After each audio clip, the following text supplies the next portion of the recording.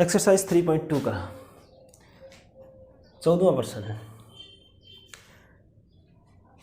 यदि इस मैट्रिक्स का ए के साथ गुणा ये मैट्रिक्स है तो ए मैट्रिक्स ज्ञात करनी है।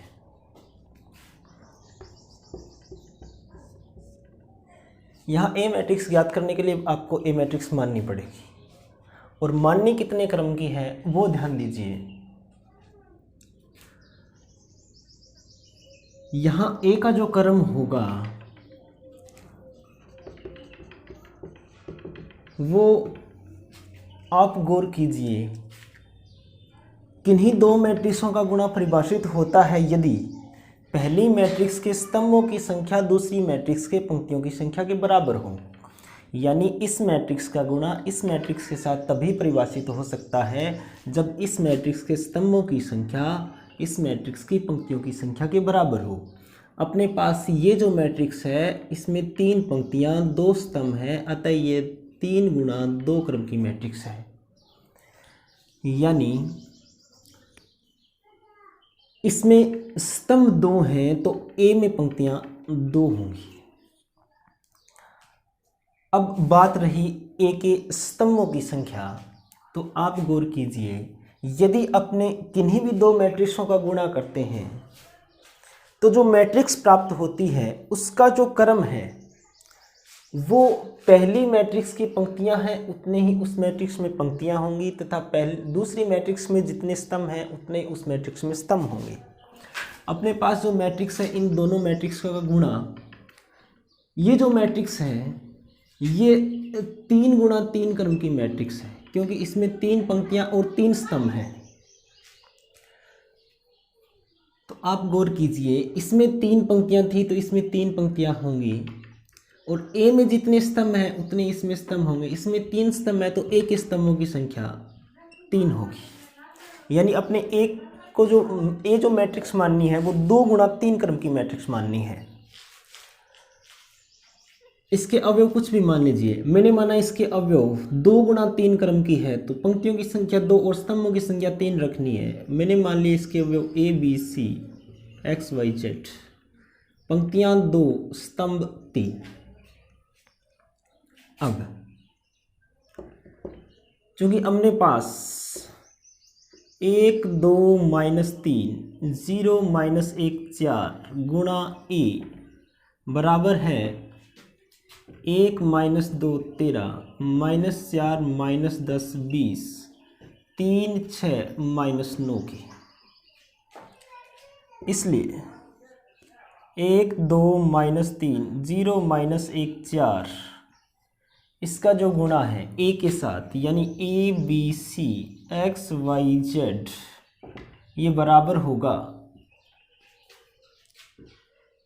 1 -2 13 -4 -10 20 3 6 -9 की। अब यदि मैं इन दोनों मैट्रिक्स का गुणा करूं, पहली पंक्ति पहला स्तंभ 1 गुणा ए यानी ए, 0 गुणा एक्स यानी 0, पहली पंक्ति दूसरा स्तंभ बी 0 गुणा वाई तो यह आ जाएगा बी, पहली पंक्ति तीसरा स्तंभ सी 0 तो यह आ जाएगा सी। अब दूसरी पंक्ति पहला स्तंभ 2a minus x 2a minus x 2b minus y 2b minus y 2c minus z. ये लो। अब तीसरी पंक्ति पहला स्तंभ -3a plus 4x -3b plus 4y और -3c प्लस 4z। ये कर दिया आपने इन दोनों मैट्रिक्स का गुणा। इधर 1 - 4 3 -2 -10 6 13 20 -9। अब अपने को ए मैट्रिक्स ज्ञात करने, यानी अपने को a b c x y z के मान चाहिए। चूंकि ये दोनों मैट्रिक्स समान हैं अतः इनके संगत अवयव भी बराबर होंगे। अपने कह सकते हैं कि यहाँ से जो a का मान आएगा, a बराबर 1 होगा, b बराबर -4 और c बराबर 3 होगा। a बराबर 1, b बराबर -4 तथा c बराबर 3। अब ABC के मान ज्ञात कर लिए, XYZ के मान और चाहिए। यहाँ से देखिए 2a माइनस एक्स बराबर -2 है, 2a माइनस एक्स बराबर -2। a का मान अपने पास 1 है तो 2 माइनस एक्स बराबर -2, x बराबर आ जाएगा अपने पास 2 + 2 यानी x का मान आ जाएगा अपने पास 4।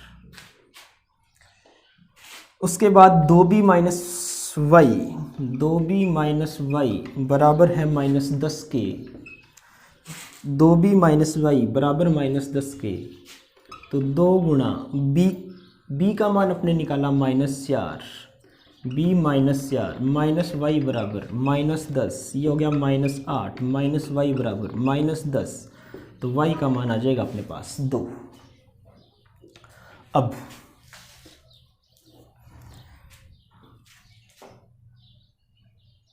2c माइनस जेड बराबर 6 है, c का मान अपने पास है 3, माइनस जेड बराबर 6 यानी 6 माइनस जेड बराबर 6, तो जेड का जो मान आया अपने पास 0। अतः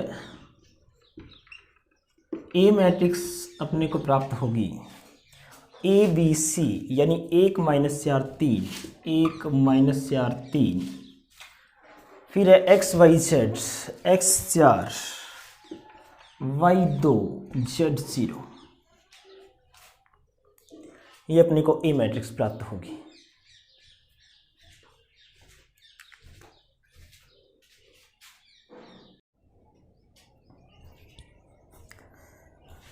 एक्सरसाइज का लास्ट क्वेश्चन ए मैट्रिक्स है जिसमें अवयव है कोस alpha sine alpha minus sine alpha और कोस अल्फा।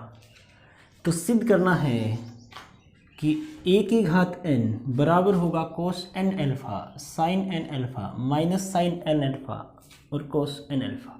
ये मैट्रिक्स होगी जहां n कोई धन पूर्णांक है।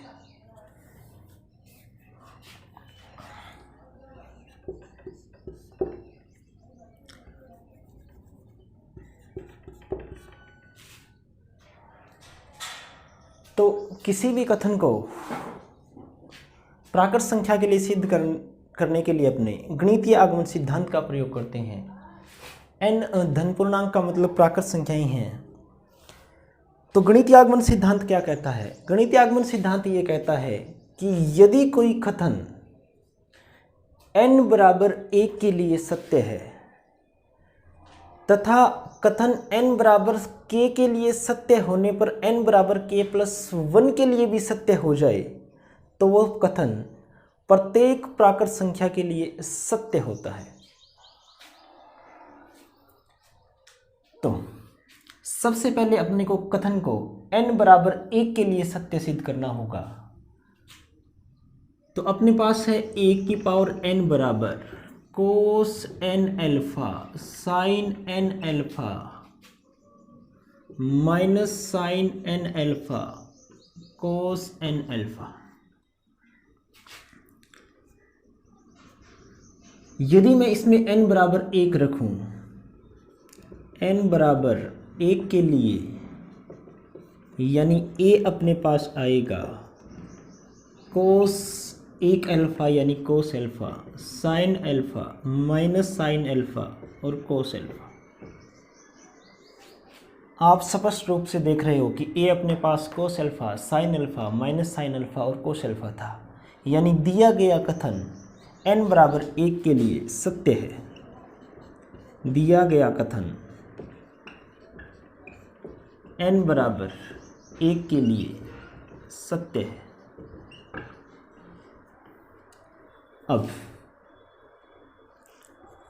माना कथन n बराबर k के लिए सत्य है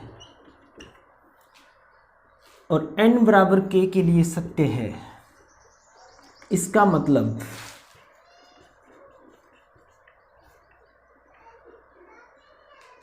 a की पावर k बराबर है कोस के अल्फा साइन के अल्फा माइनस साइन के अल्फा और कोस के अल्फा, जहाँ के कोई धनात्मक पूर्णांक है।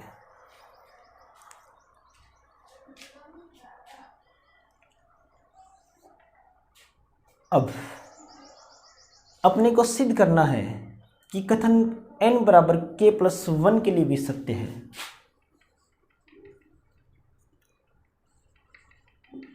सिद्ध करना है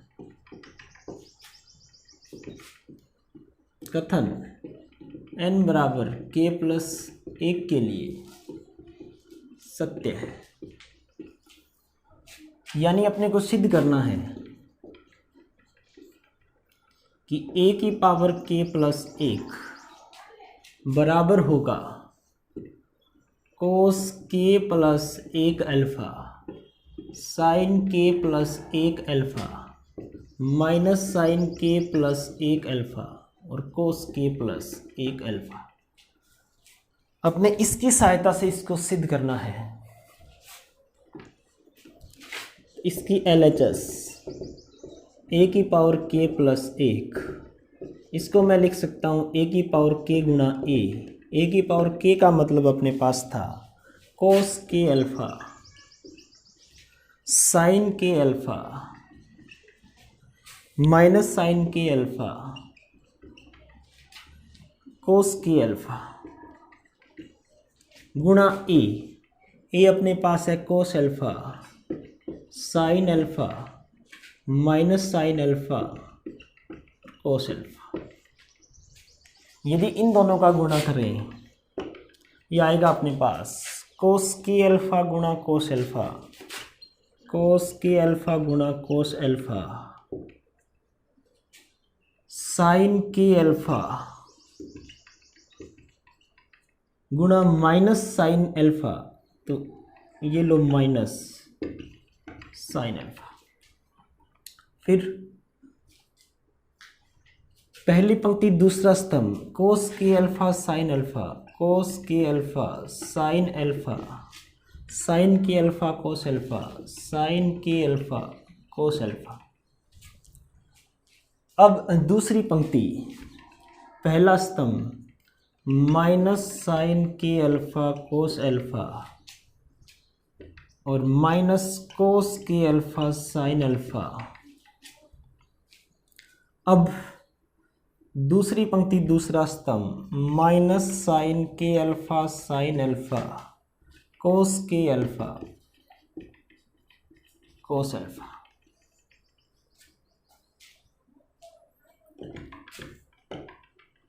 अब कोस के अल्फा माइनस साइन के अल्फा साइन अल्फा, ये फॉर्मूला बन गया अपना कोस a+b वाला। यानी यहाँ आएगा अपने पास कोस के अल्फा प्लस अल्फा। ये बना अपने पास किस टाइप से, कोस ए साइन बी प्लस साइन ए कोस बी।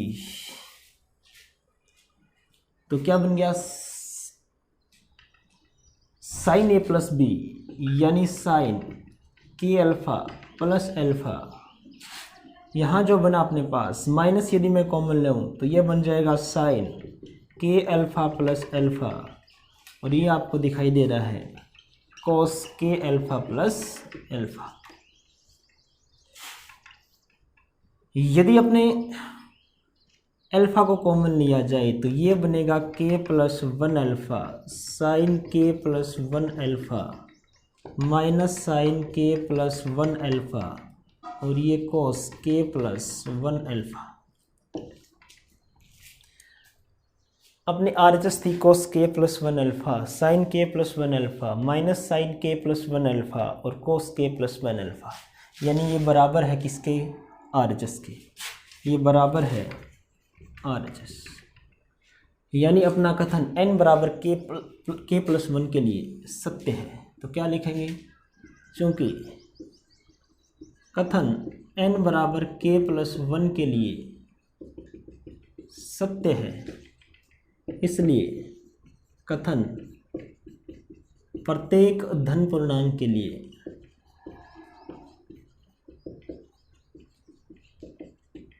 सत्य है।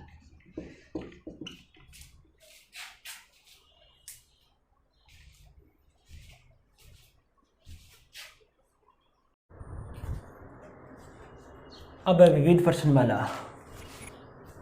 इसका पहला प्रश्न, यदि अवयव ए जिसके अवयव है -1 1 1 1 तो ए स्क्वायर ज्ञात कीजिए।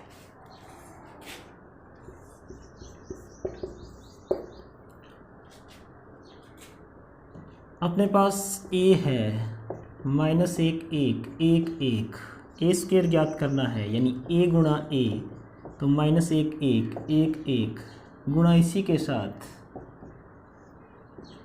और यदि गुणा किया जाए पहली पंक्ति पहला स्तंभ -1 गुणा -1 1 1 गुणा 1 यानी 1, तो +1, ये हो गया -1 +1 पहली पंक्ति दूसरा स्तंभ, दूसरी पंक्ति पहला स्तंभ -1 +1 और दूसरी पंक्ति दूसरा स्तंभ, तो 1 + 1, ये आ जाएगा अपने पास 2 0 और ये हो गया 0 2। इसको इस प्रकार से भी लिखा जाता है, 2 यदि कॉमन लिया जाए 1 0 0 1, यानी ये है 2 क्रम की इकाई मैट्रिक्स यानी I2। ये था अपने पास ए स्क्वायर। अब इसका दूसरा क्वेश्चन है, ए अपने पास कोई मैट्रिक्स है, a-2i गुणा a-3i ज्ञात करना है। तो सबसे पहले a-2i ज्ञात करते हैं। a का मतलब अपने पास है 4 2 -1 1 -2i, i इकाई मैट्रिक्स, और इकाई मैट्रिक्स किस क्रम की, यहाँ व्यवकलन है, घटाव है, और घटाव के लिए दोनों मैट्रिक्स की पंक्तियां और स्तंभ बराबर होने चाहिए। तो यहाँ जो इकाई मैट्रिक्स लिखी जानी है वो इसी क्रम की होनी चाहिए। तो ये अपने पास ए जो मैट्रिक्स है वो 2 गुणा 2 क्रम की है, तो इकाई मैट्रिक्स भी 2 गुणा 2 क्रम की होगी। ये आ गया अपने पास 4 2 -1 1, और किसी भी अदिश राशि का यदि मैट्रिक्स के साथ गुणा करना है तो उस अदिश राशि का मैट्रिक्स के प्रत्येक अवयव के साथ गुणा होता है, 2 0 0 2। और यदि मैं ये व्यवकलन करूं तो अपने पास आएगा 2 2 -1 -0 यानी -1 1 -2 यानी -1। अब निकालते हैं a-3i। ए का मतलब अपने पास 4 2 -1 1 -3i, यहाँ i भी इसी क्रम की माननी है जिस क्रम की ए मैट्रिक्स है, यानी 1 0 0 1, यह आ जाएगा अपने पास 4 2 -1 1 -3 0 0 3। और यदि इसको घटाया जाए तो यह आएगा 1 2 -1 और -2, 1 -3 यानी -2। अब इन दोनों का गुणा है, यानी अपने पास है a-2i गुणा a-3i, तो यह आ जाएगा अपने पास a-2i अपने निकाला 2 2 -1 -1, a-3i निकाला 1 2 -1 -2। यदि इनका गुणा करें 2 -2, 2 गुणा 2 4, 2 गुणा 2 -4 हो जाएगा, यहाँ -2 है, तो 4 -4 -1 +1 -2 +2, यानी ये आ जाएगा अपने पास 0 0 0 0, जो एक शून्य मैट्रिक्स है। तो ये a-2i गुणा a-3i जो प्राप्त होगा वो एक शून्य मैट्रिक्स होगी।